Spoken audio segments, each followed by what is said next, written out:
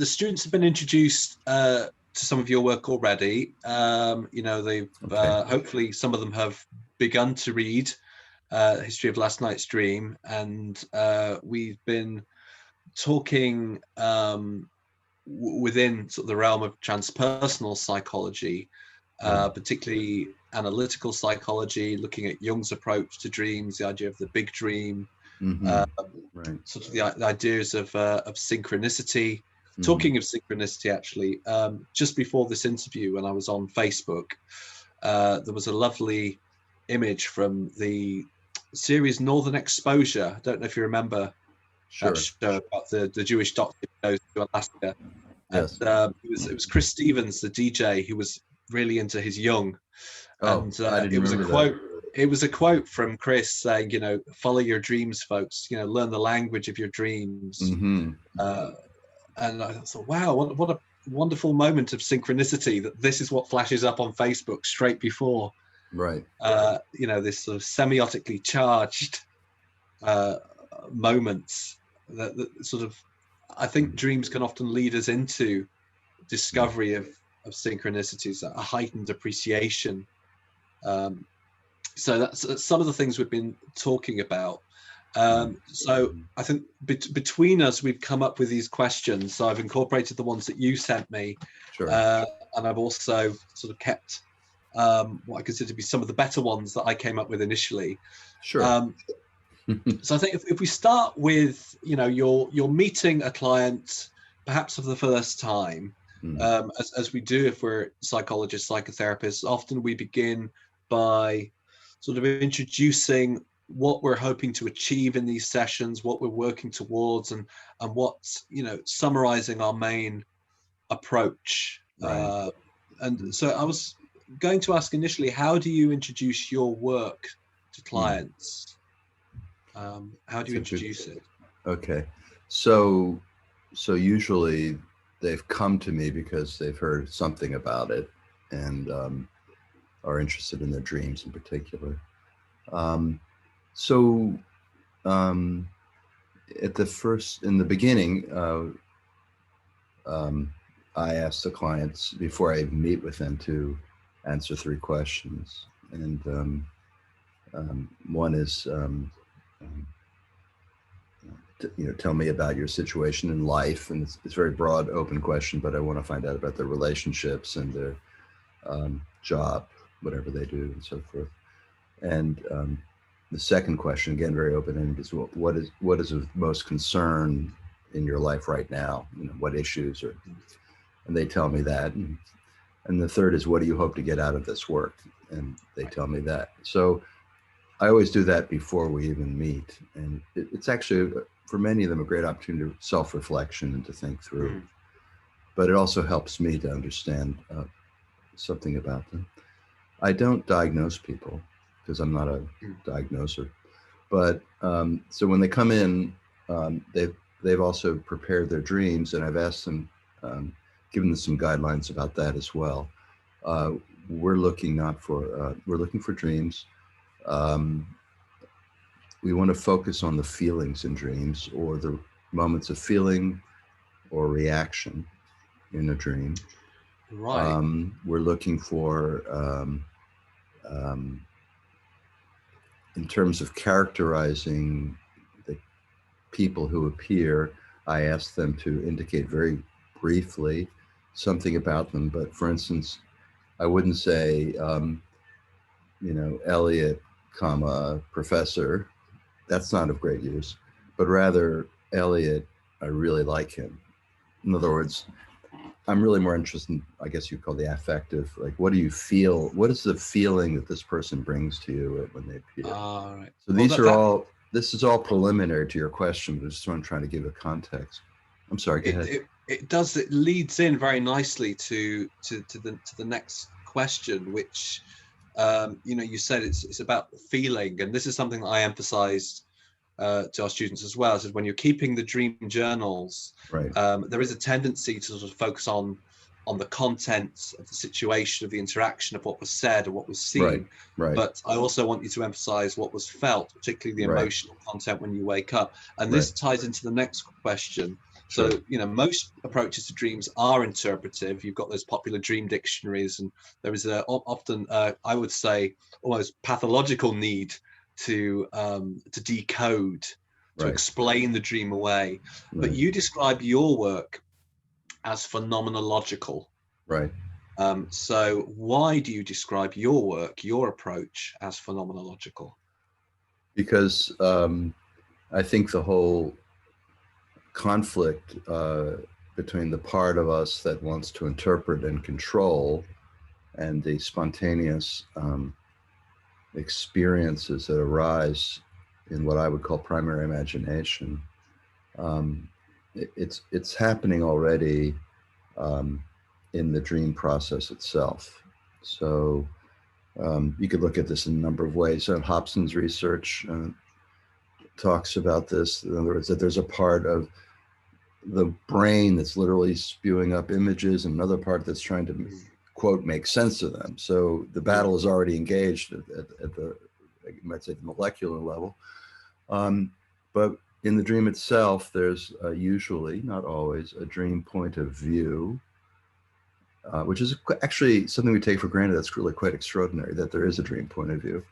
So there's a dream point of view, and naively the dreamer identifies with it, thinks that I saw a lion. Well, actually, you, who I'm talking to, didn't see it, but in the dream, the dream point of view that you are identifying with now saw it. And that's an important distinction. But I want to focus on the moments of, and I'm trying to answer your first question too, the moments of feeling, or the occasions for feeling in the dream, rather than focusing on the plot, the cause, and the attempt to create a narrative which begins while we're still dreaming and which continues in waking and is reinforced by the interpretive process. So in other words, what the phenomenology of the dream, what is the actual experience, the appearance in the dream?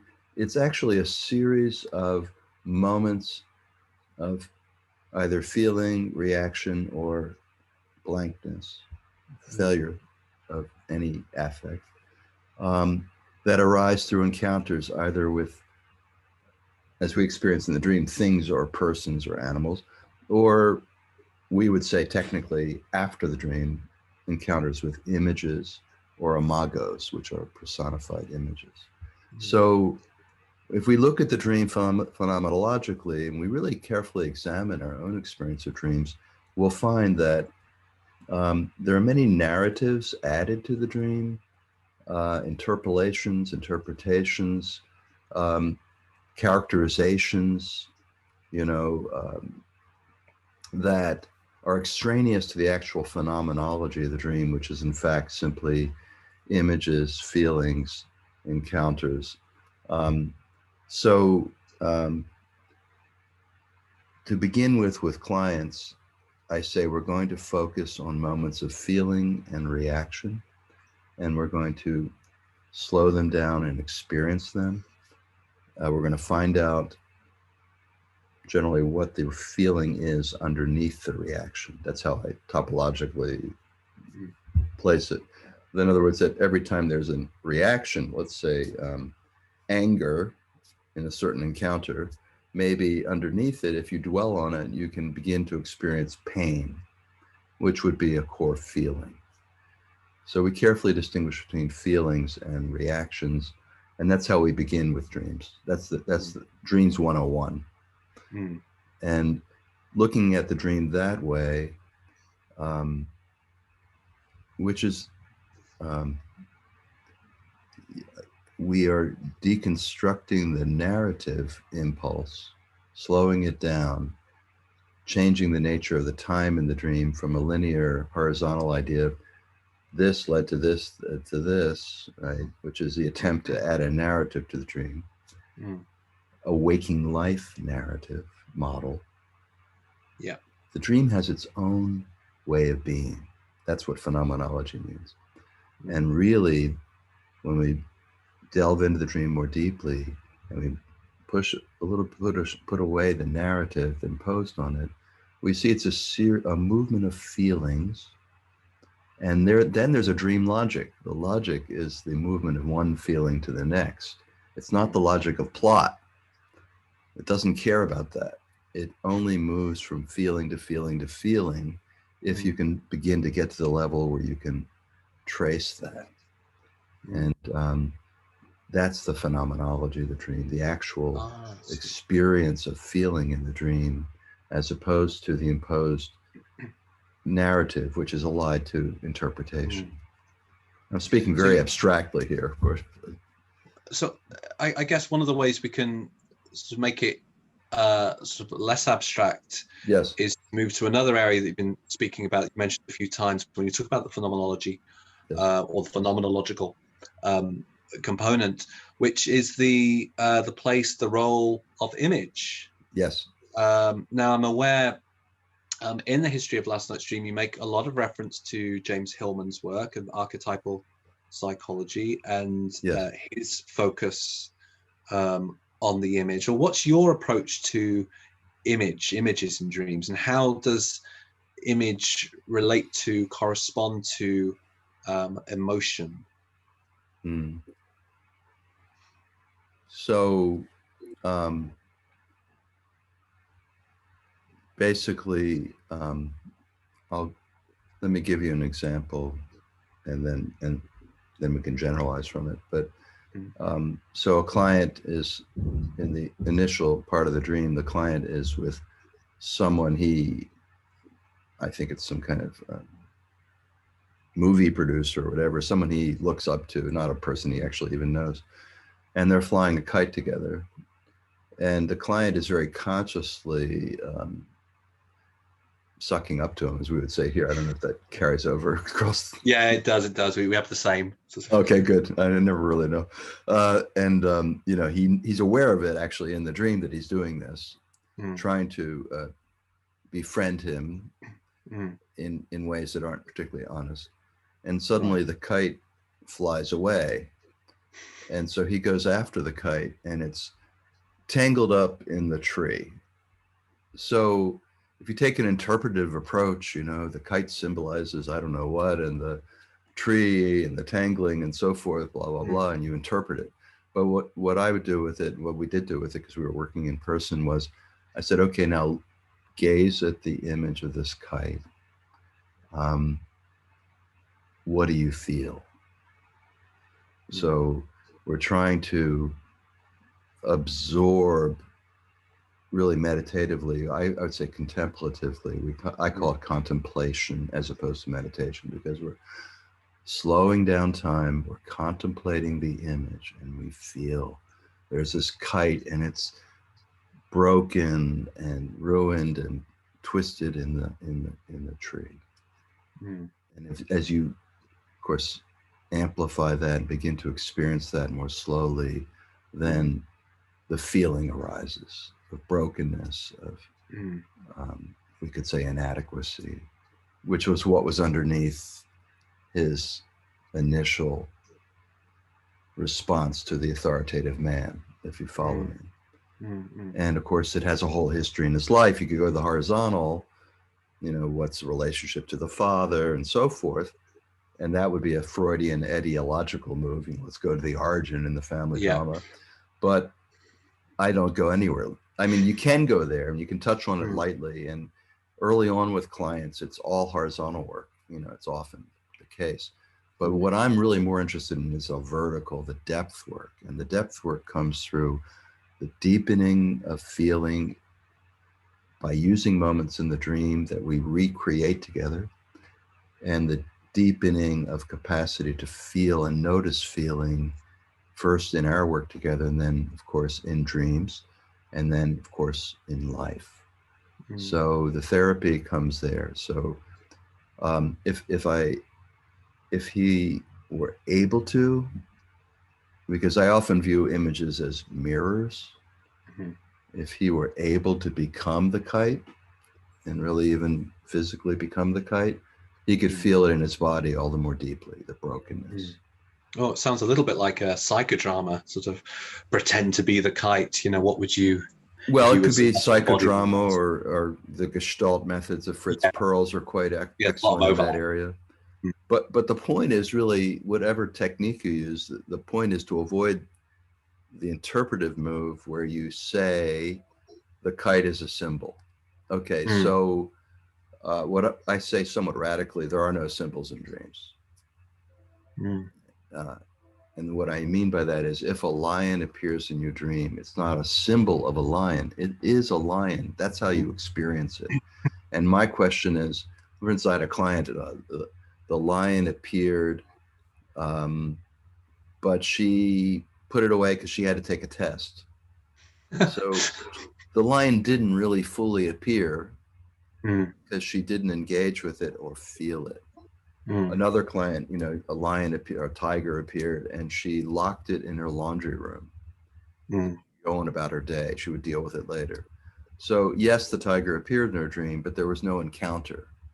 There was no real engagement of feeling. mm, So if a client tells you, I saw a lion, I will say, okay, how far away are you? So part of the phenomenology has to do with mm, the dimensions of space, time, and feeling, which are imbricated, which are interactive in the dream space. And if you're a Kabbalist, it's very similar to the way Kabbalah talks about a 10 directional reality. In other words, mm, there's three directions of space. There's two of time, and two of feeling. Anyway, so the point is, um, it's a 5-dimensional space. I happen to think reality is also a 5-dimensional space, but mm, waking life reality. But the dream is definitely a 5-dimensional space. As you get closer to something, you feel it more intensely. mm, You give it more time, you feel it more intensely. As you distance it. So um, I'll give you another example. I hope, is that all clear? I don't want. I'm probably going kind of fast. Let's hear the example, and if it's All not right. clear, then Okay. I'll ask them. So I had a client, and she's on a balcony, and she sees a little bit of a crowd gathered below her, and an elk is goring another elk with its horns. She lives in the Western states. So like a violent nature imagery. Right. But she's standing on the balcony. Yeah. And then she sees a young man carrying bloody antlers out of the scene. And she yells at him. She says, "Don't you know it's against the law to remove antlers from a national park?" So she's expressing obviously anger, and she's in what we call a reaction. Okay. And in fact, she's expecting the crowd to join her in her condemnation of this young man who's carrying the bloody antlers. So, when you work with a client, as you know, you have to have some kind of conversation going on. So this was early on with her. I said, gee, I didn't know you worked for the National Park Service. Like, who appointed you as the guardian of the rules? Right. So in her reaction, there was a whole lot. I mean, when you go to the reaction, then we're talking about the horizontal, the conditioning, the history that led the person to a certain form of personality, persona that they've adopted. In this case, the scold, we might say, right? Yeah. Right? Also the balcony, I guess, looking down at the scene, looking at from above. Okay, so that's the point. That's right. In other words, she was above and at a distance. So the space is indicating the distance from the event in the dream, the elk scoring each other. Her reaction to the young man is like displaced feeling, displaced into reaction and condemnation. So the question arises, well, what is the feeling? What is the feeling that's been displaced into a reaction? So after I made that little joke about the national park and I could see she's ready to play, I said, what would it be like can you close your eyes and see yourself, at the same level as the action? You know, can you walk slowly towards it? Can you stand? And of course, we're tracking also, what are you feeling as we move in space towards the scene? She was able to. Not every client is. So we have to keep doing the feedback to make sure the client is with you, but not faking it or whatever. Some clients want to please you. But she was able to do it. And people vary initially in their capacity to visualize and to move in time and space with their visions. But let's say clients willing and able. So now she's standing there very close, and she sees this incredible scene of one animal goring the other in the belly, the blood coming out and everything. I just ask her to dwell on it, to dwell in it, I would say, dwell in the feeling the image carries. And, you know, tears came. She felt the pain. And again, she felt the pain as her own pain. She became the one receiving the goring. This was prominent for her. Having touched into the roots of the pain, that would become her homework. In other words, close your eyes, dip into this image, feel it. That's it. We don't schlep it out. We don't make it long. We don't want to analyze it. Just feel it. Because dreams are a movement of feeling. And if you feel the images from your dreams deeply, a new dream will come. And that dream, if the practitioner is skillful, the practitioner will be able to draw the link and say, see, this happened here, this previous dream, and now look where it's moving. And it unfolds. We move from dream to dream. We do not. So in each session at the end, we find one moment or two moments of encounter with either an image or an imago. The imago images are more potentiated, much more powerful in ways, you know, with persons especially, or animals. Dwell on those feeling moments of encounter, and we follow the dreams.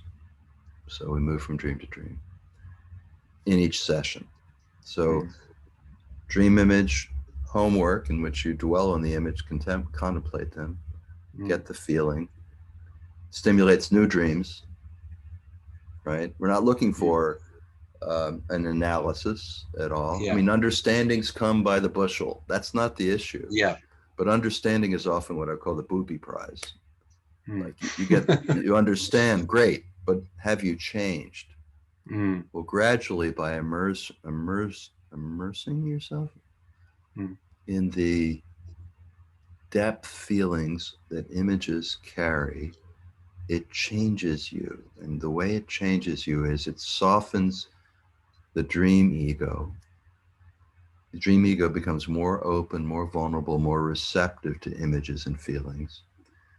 And the dream ego's story-making process is disrupted by the events in the dream. Her story was a young man was stealing antlers from the national park. And I sort of saw this elk thing, right? But the dream is about the feeling that she never actually had. So story making wants to make a linear story out of things. And the ego, I call the ego a story making mechanism. The ego over weeks, months, years, but also from moment to moment is constantly manufacturing plot, stories. In fact, the ego is a self story. That is, it's a story about itself, and the ego is itself making the story about itself. And it's a storyteller to others as well. This is who I am, and this is... Well, I call it a story-making mechanism. A storytelling mechanism. It's mechanical. And when you become, through meditation or contemplation or prayer or whatever, you start becoming aware of that. It's a great relief, actually, to be freed from all of that. And it's the same approach we take to the dreams. We really move away from narrative, which is the ego's domain, towards encounter. So there's two things there, I suppose. One is this idea of encounter, and particularly sort of a sacred encounter in dreams. But there is some, before we move on to the sacred encounter in dreams, Yes. There is something there about if the dream isn't properly felt, if it's not properly encountered, engaged with, Right. Could this be an explanation for why sometimes people have reoccurring dreams? Would this suggest that it's not being dealt with? So, this is something we get, students have raised in the past. I have reoccurring dreams. Would this be, you could say, indicative that something hasn't been authentically encountered or engaged with? Yeah, I don't want. Yeah, you put it beautifully, Elliot. I just would add that I try to avoid evaluative judgments. Right. So Yeah. if I say authentic, the person will think, oh, then I'm inauthentic. But all sorts of judgments. The point is to loosen that a little bit, to say that we can't help it. We've been conditioned. We're conditioned, deeply conditioned people. By the time we emerge from childhood, we've been conditioned. And so it's very, very difficult to loosen condition and soften the construction of not only of ego, but of that outer layer of persona. How do we soften all that? We don't, in the history lesson I stream, I talk about how Freud was not only appearing in his dreams as Sigmund, he was appearing as Dr. Sigmund Freud constantly. Yeah. Like in this famous Irma dream that I analyze a bit, he insists on being Dr. Freud. Well, you're not really a persona. You don't have a doctorate or an MD in your dream. You're really a naked person, but you just don't realize it. And I don't mean literally, but although in Freud's case, sometimes that was the case, right? Well, There's a dream where he's obsessed with his own authority, isn't he? I mean, the fallout with Jung over Jung wanting to interpret his dream and Freud saying, I won't let you do that because I will lose authority. Right. And Jung says at that very moment, he lost all authority. Right. Well, but the point I'm making is that, Jung had his own issues, you'll see, with holding on to his persona, even in dream. So I view it as the dream is a solvent that dissolves and softens dream ego and dream persona. And through that, we learn, because dream ego is a proxy for waking life ego, but they're not the same, obviously, right? But we commonly speak as if they were, right? But over time, the nature of that can soften.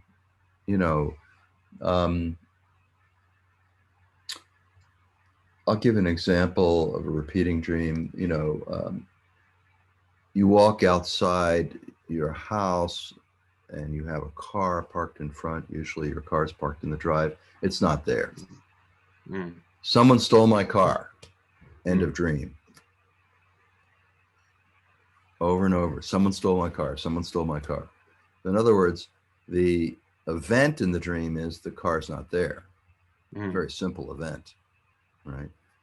The reaction to the event is someone stole my car, which is logical, but is a reaction. And it's a story, a blame story. That's great, because then the I is okay. Someone did it to me. I'm the victim, but I'm still the star.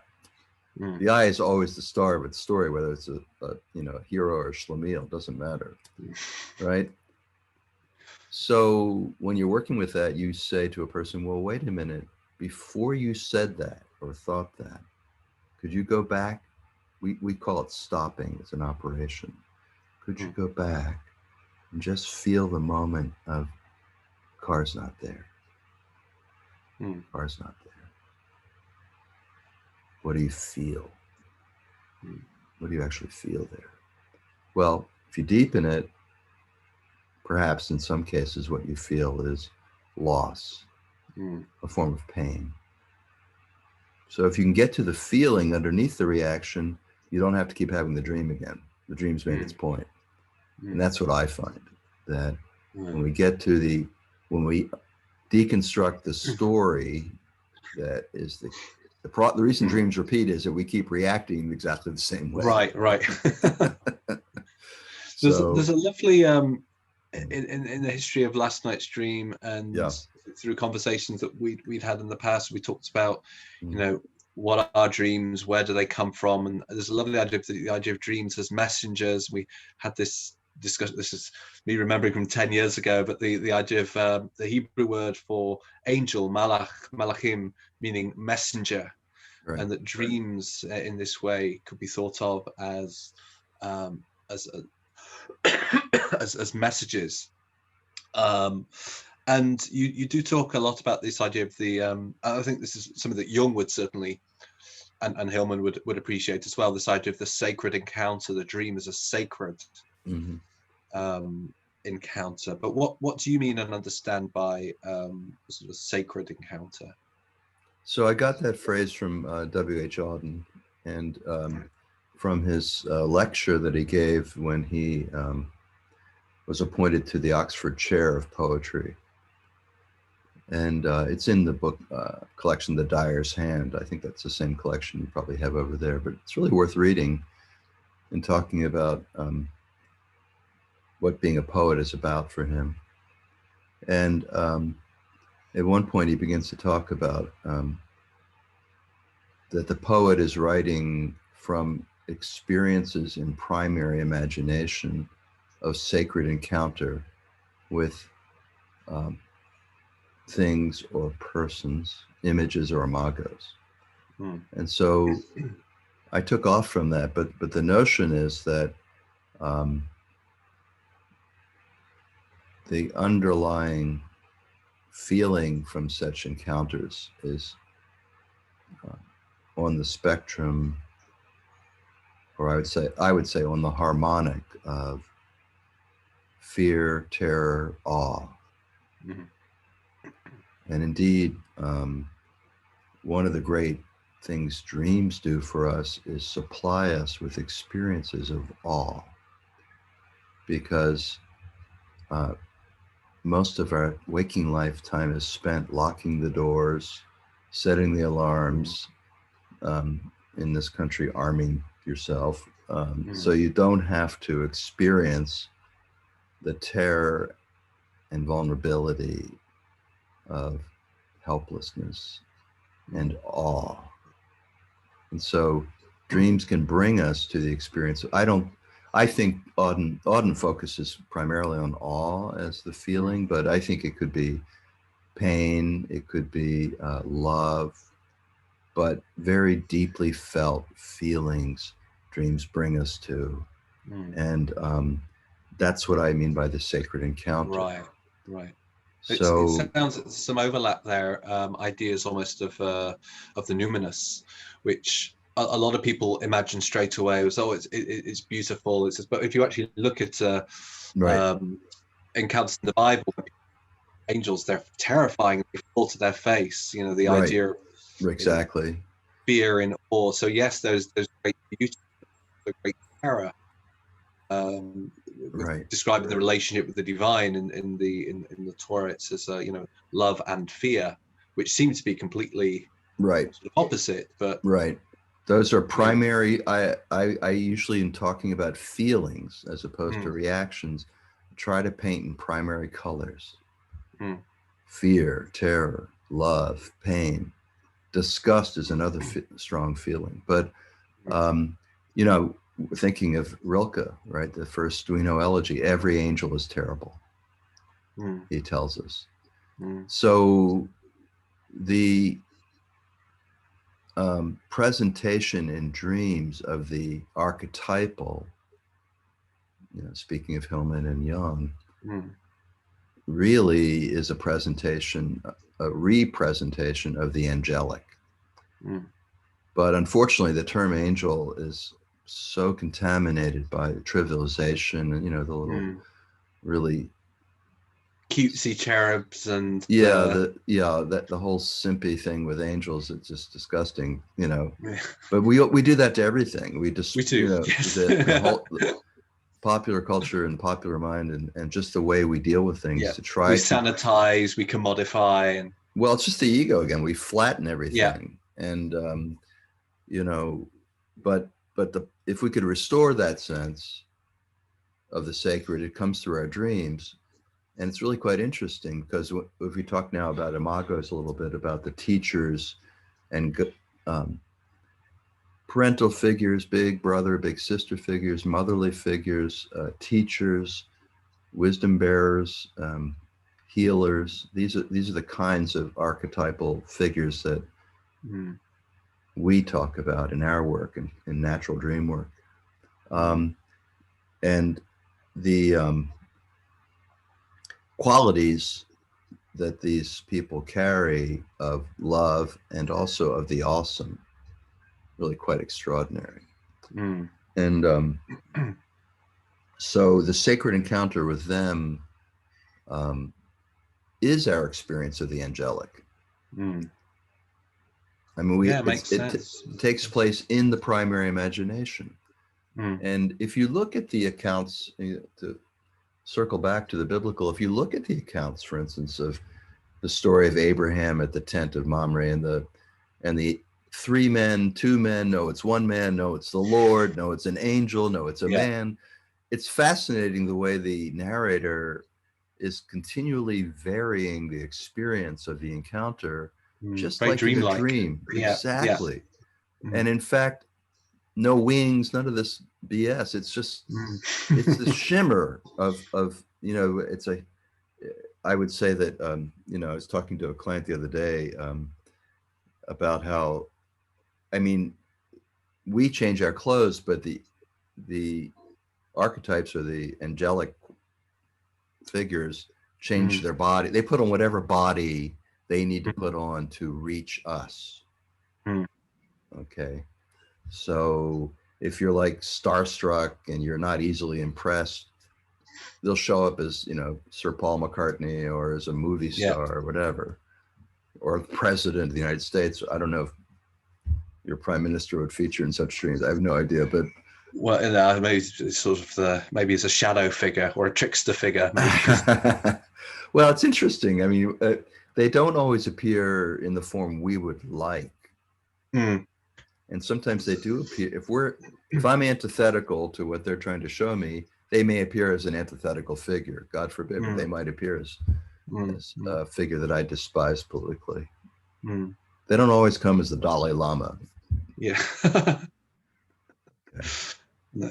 There is something, dreams as messengers, dreams as encounters. But there's also this idea in last night's dream. You talk about the gifts of the dream. Right. And I think one of our last questions, because we are running out of time a bit for this session, and I think something that our students would probably greatly benefit. What do you consider to be some of the sort of greatest gifts of the dream? So at the time I wrote that book, in 2000, it came out in 2007. So of course I was writing it for 2 or 3 years before that, and I was really new in the work. So, I was working in a biblical framework, trying to, I realize now, reconcile my own interests and obsessions with the new material coming from the dream. So in a certain way, it was that same dialogue between the interpretive mind and the dream and the ego and persona, who I knew myself to be, and this amazing disruptive force of the dream itself with its continual productivity of new images, new encounters, new feelings that dreams provide us. So yes, I was working off the biblical text because in the Jewish tradition, that's the habit. You always tag back to the text, and that becomes the source of the authority. And so there I was saying, I think truly, that dreams can warn us. That is, they can point out our conditioning.